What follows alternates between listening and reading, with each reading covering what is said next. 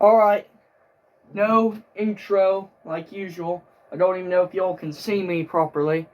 I might want to actually get this chair set up right here on my desk, bro. Down to 190 pounds, by the way, y'all. You all, we're being serious today. So what we're talking about is the most serious thing I'll ever talk about. It's why I'm bringing back Coffee Talks. It's for a reason. If you don't know, I know 2.7% of you are in the United Kingdom. So if you don't know, Donald John Trump, I believe. My hair looks like shit, bro. Donald John Trump has been elected back into office. And he is working hard to fight the weak and faggoted ideologies that Joe Biden has spent the last 4 years installing in America's youth, perpetually damaging the mental health of every citizen in America. It's disgusting, it's dishonorable, and it's anti-American. For the last 4 years, we've been invaded by foreigners who come here and rape and kill our women and our children. Donald Trump is stopping it. He is putting a stop to it. He is declaring cartels as terrorist organizations. He is working hard for the people. Because at the end of the day, he has never sat in Washington before. So he's never been a political elite. He's definitely an elite of a social class.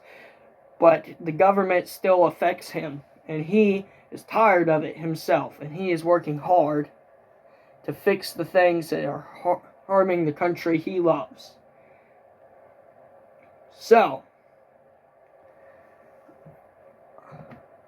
figured bring back Coffee Talks to help a message, I presume. So I'm gonna try to make happy-go-lucky-go content still. I don't know if I can. I'm trying to. We have one of the greatest victories in the last few years. Arguably, 2016 election was the most important one. 2020 was a battleground. It hurt us, but we can regroup. We will not let evil win. The Satanists, the rapists, and the pedophiles will not prevail.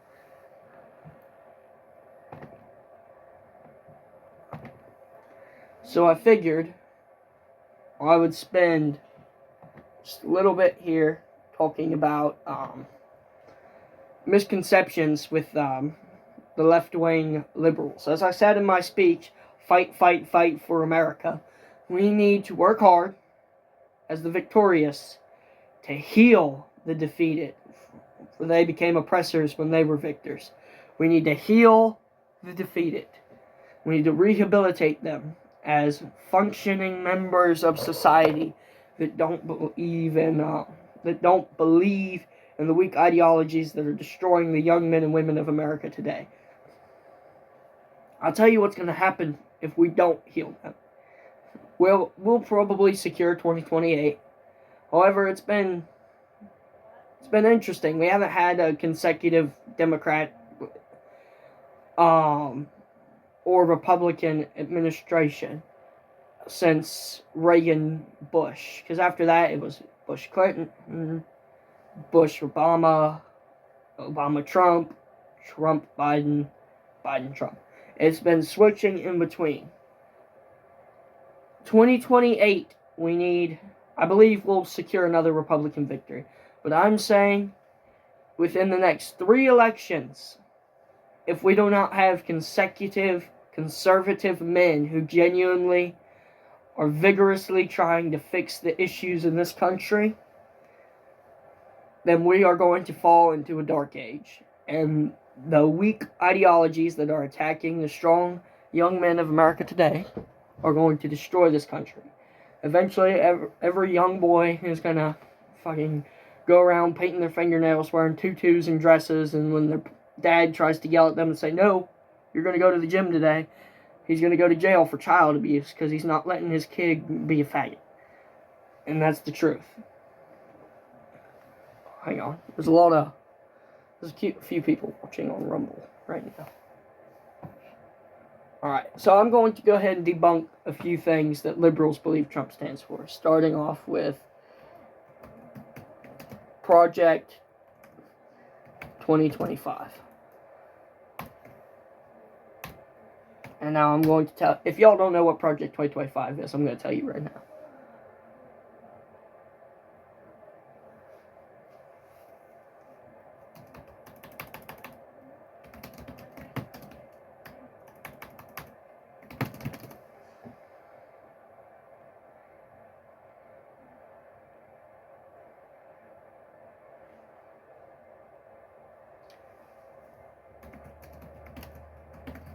So, if you've never seen Coffee Talks, I don't blame you. Episode 9 came out 7 months ago. It's been a while. There's a lot of new people since then. So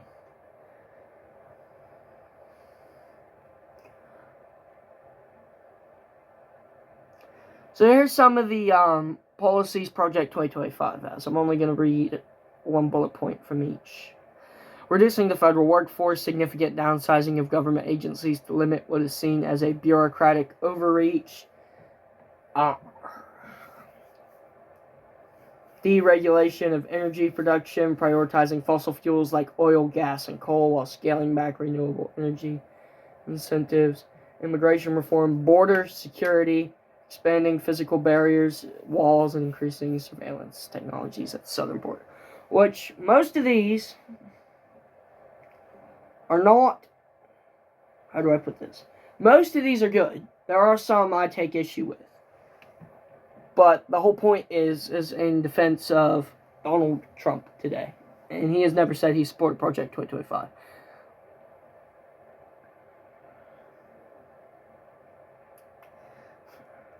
Parental rights in education, emphasizing parents' rights in schools, including more control over curriculum content, especially regarding gender and race issues, which is actually disgusting what's going on in public schools about gender and race. It's nasty. Restricting LGBTQ plus rights, potential rollback of federal protections for LGBTQ plus individuals, particularly around transgender rights in healthcare and education. If you are under the age of 21, or what is it?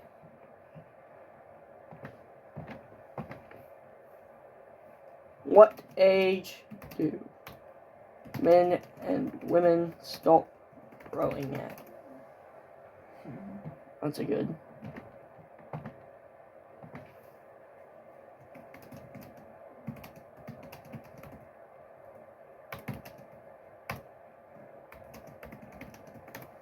I don't know that off the top of my head. So for women, it's usually between 14 and 16. For men, it's usually around 16 and 18. Okay.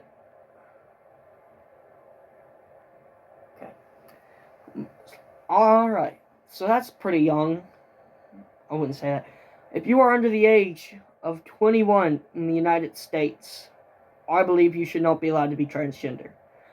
If you are under the age of 18 in the United States, I don't believe your parents should be able to make the call for you to be transgender or not. It's disgusting. That should be listed as child abuse, and you should go to... If you are encouraging your child to be any other gender besides a man or a woman, you should go to prison for child abuse, because you're mentally damaging that child beyond the point where it might not be able to function. They might not be able to function in a normal environment, as we see with many of the people who have done that. If you look at influencers or just people on the internet in general, most of them are fucked in the head with that kind of shit, and they can't even articulate certain things in the real world because they can't understand that they are either a man or a woman. Economic policy, tax cuts and deregulation, advocating for reduced taxes on corporations and individuals alongside rolling back business regulations. We're about to hit camera capacity. I'm gonna have to delete some shit.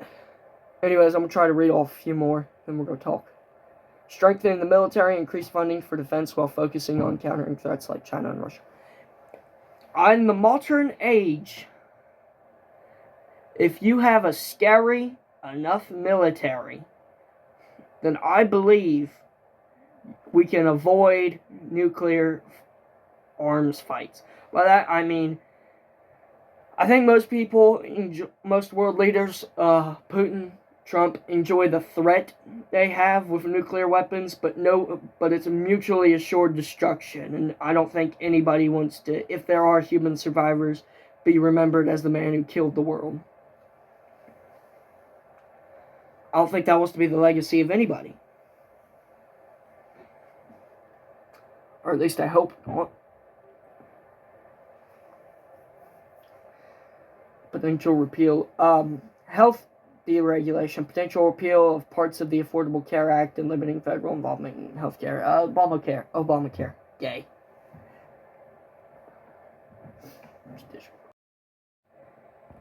We're back. Okay, yeah, we're back. Hello. Alright. Back in the big boy seat. Well, we've always been in it. We're G's here.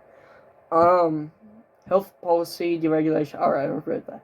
Judicial reform. Limiting agency powers. Scaling back the authority of federal agencies by empowering courts to strike down regulations more easily. That is amazing, because if you know Brandon Herrera, he's not been nominated by any official means, but I know people are trying.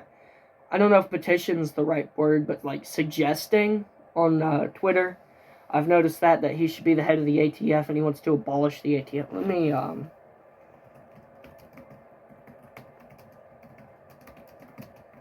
he's a normal dude. That's what I like about Brandon Herrera. He ran for congressman, I believe, a year or two ago. Don't quote me on that. I know he ran for a political office. Alright, let's see here.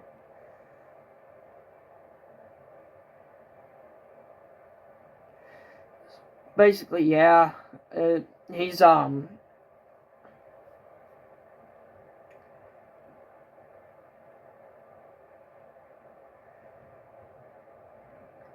So I knew about this. I'm not just saying random shit. I just want to read a little bit more before I start talking on it. He's a big advocate for Second Amendment rights. Obviously, if you watched his channel, you'll know that. But I know his whole thing is that the ATF isn't as knowledgeable as they should, and they're trying to enforce too much with the knowledge they have. Did I say that correctly? Hopefully. You know what? There needs to be a political party.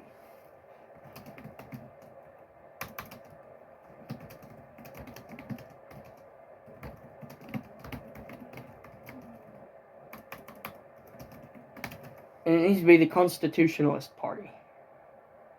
It's called the Constitutionalist Party, is what I'm calling it.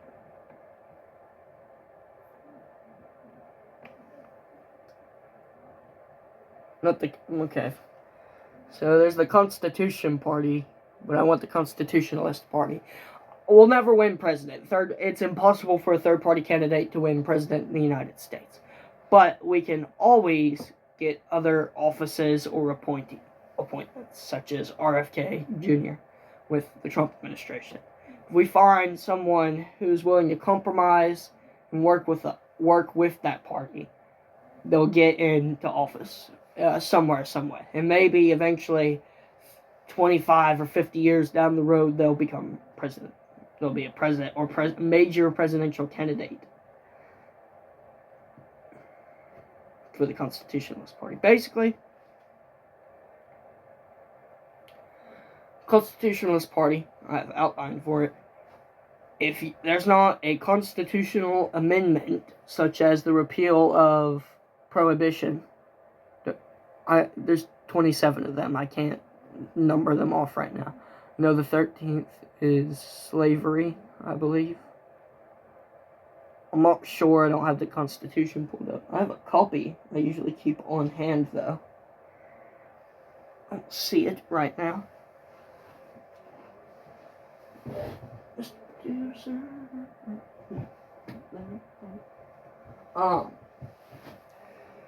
There should definitely be a more traditional conservative party. The fuck is this doing? Oh yeah, I had fucking chicken earlier. There should definitely be a more conservative party than the Republicans, I believe, towards the Constitution. I believe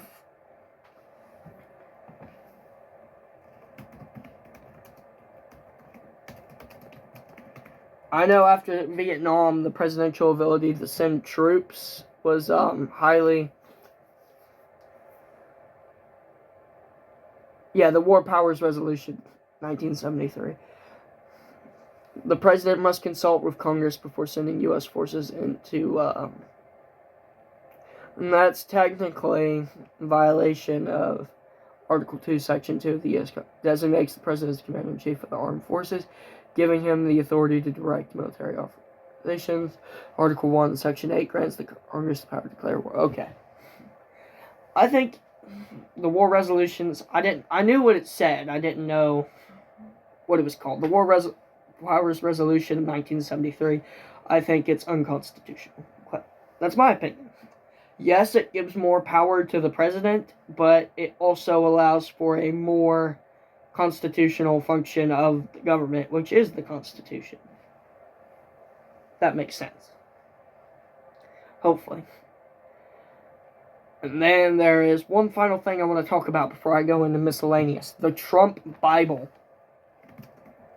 Or sorry, I have it debunked.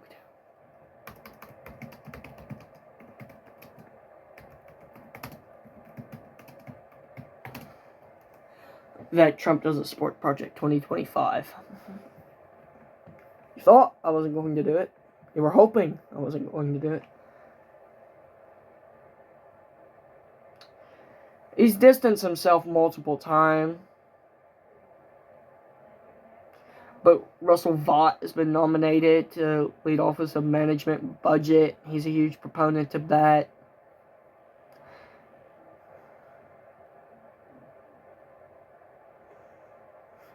I think he doesn't want the whole project. He's picking bullet points to do the ones he supports. Now we're going to talk about the Trump Bible. If you don't know what the Trump Bible is,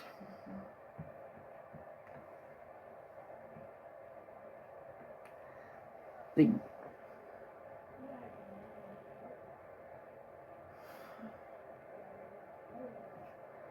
God Bless the USA Bible. This is an edition of the King James Version of the Bible, compiled by the country music artist Lee Greenwood.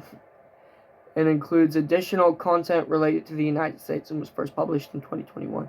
Donald Trump endorsed this Bible and it has been marketed under his brand, especially during his 2024 presidential campaign. I have a huge problem with religion being used in the United States. I'm an extremely religious person. You can tell that by my channel. As a whole, or, my personality. I want to be a minister of some sorts in the future. Maybe. I have this copy of the New Testament right by my desk. I have 2 more Bibles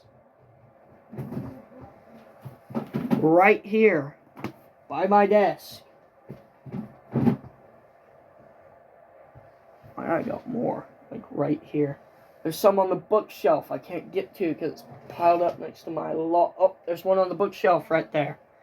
Next between the Grimm brothers and Street Law and Dracula.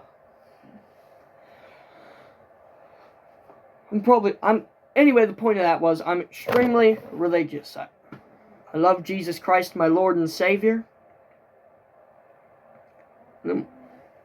But I believe that's a social thing, not a political thing. I think it's disgusting.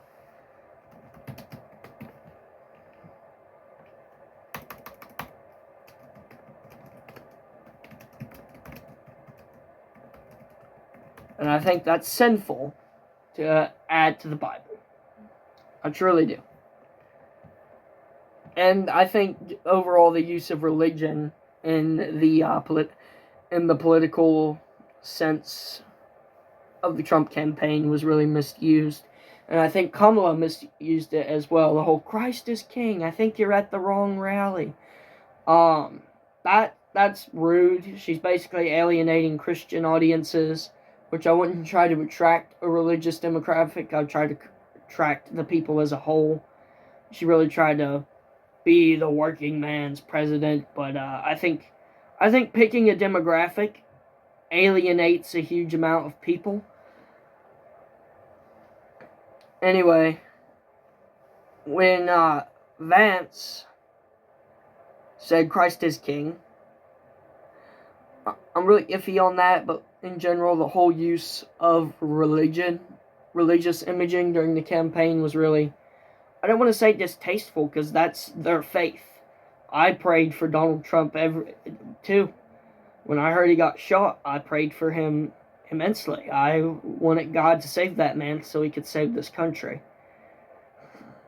But I don't think, like in Oklahoma, the Bible study thing, I don't think that should be, I think it should be in government, but not a part of government. I don't think it should be a functional issue. But adding to the Bible, Deuteronomy 4:2, do not add to what I command you, and do not subtract from it. Keep the commands of the Lord your God that I give you. Don't add to the Bible, guys. Don't, when you make little annotations in there, that's fine. And again, I'm not going to tell you how to practice your religion, just as long as you're Muslim, Jewish. Anyway, yeah, if you're not, what the fuck is it? Well, that's fucking gay. Hold on. Technical dip. There we go. Alright. Hopefully. Anyway. If you're not Muslim, Jewish, or Christian, I don't really have a problem with your religion. But I'm not going to make it a personal vendetta against you.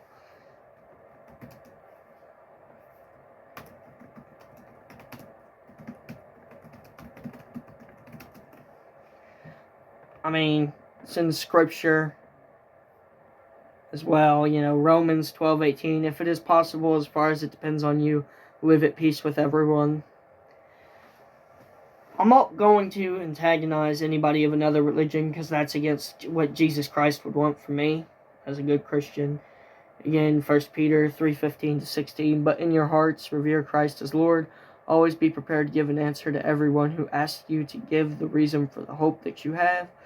But do this with gentleness and respect, keeping a clear conscience, so that those who speak maliciously against your good behavior in Christ may be ashamed of their slander. Hold yourself with integrity when asked about your religion, but also show integrity in your response. Do not say anything that would make God ashamed of you. That's most of what I want to talk about, I think. Trump has endorsed the Trump Bible, so I will admit that I don't think that was right. But, it's the DJT. I don't have to agree with everything he does to say, hey, we need this guy. We need this guy today, not tomorrow. Anyways, this is the first Coffee Talks emergency, if you will. This is the first time I've ever come to you with a mission, with a message, with an agenda. Other than that, I've just been talking about shit on here. If y'all like this, spread it around. I'm not going to be doing the rock and leather, walking every day crap no more. As much as I'd love rock and leather to comment or sponsor me, or partner with me, or whatever, I don't believe, I'm not going to start on a huge political tangent and expect them to do that, because I understand that they are a brand that needs to keep good PR. And that would include Democrat, Republican, atheist, homosexual, whatever. They want to sell product. That's the goal of a brand. I understand that. I'm going to try to keep up with the happy-go-lucky-go content. I'm trying to lock in on getting messages out there when I see them, doing my part to try to debunk them, and helping the world out. When Trump won, I will say this personally, I've been a firm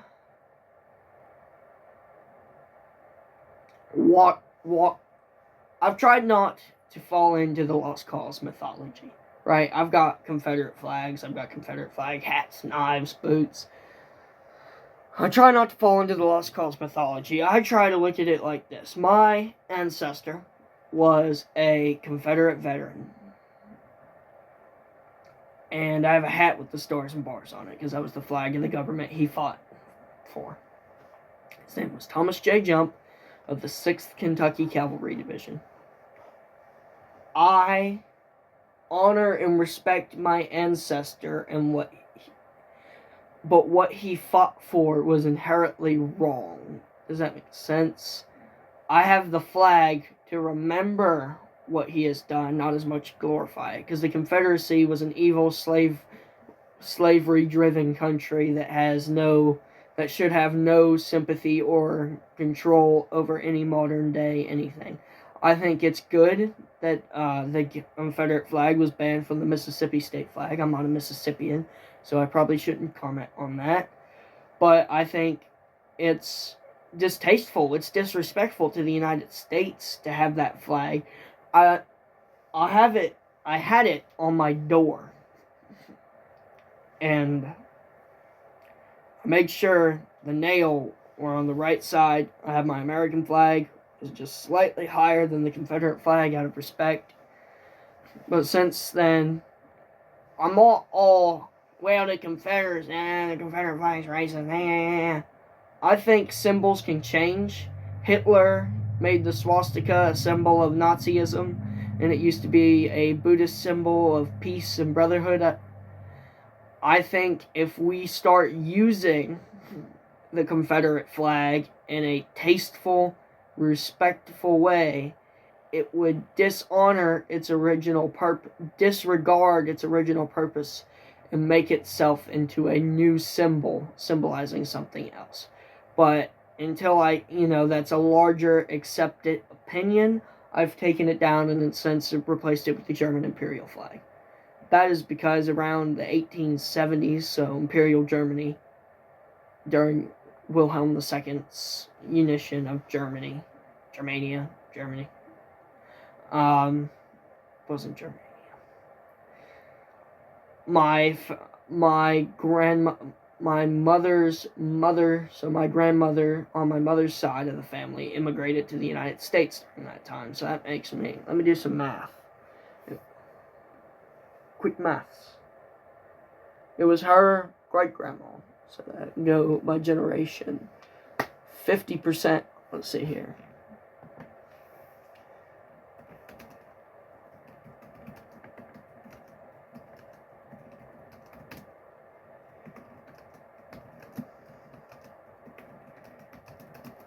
Alright. Let's put that in there.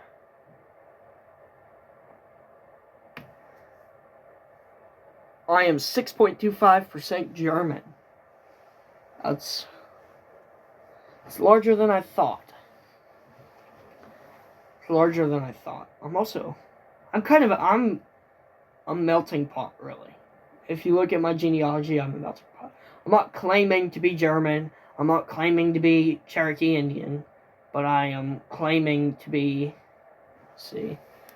my great-grandfather's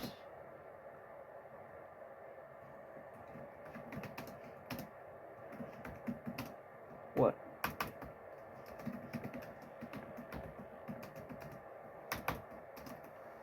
Alright, let me do this maths here in Cherokee. So I'm 6.25% Cherokee as well.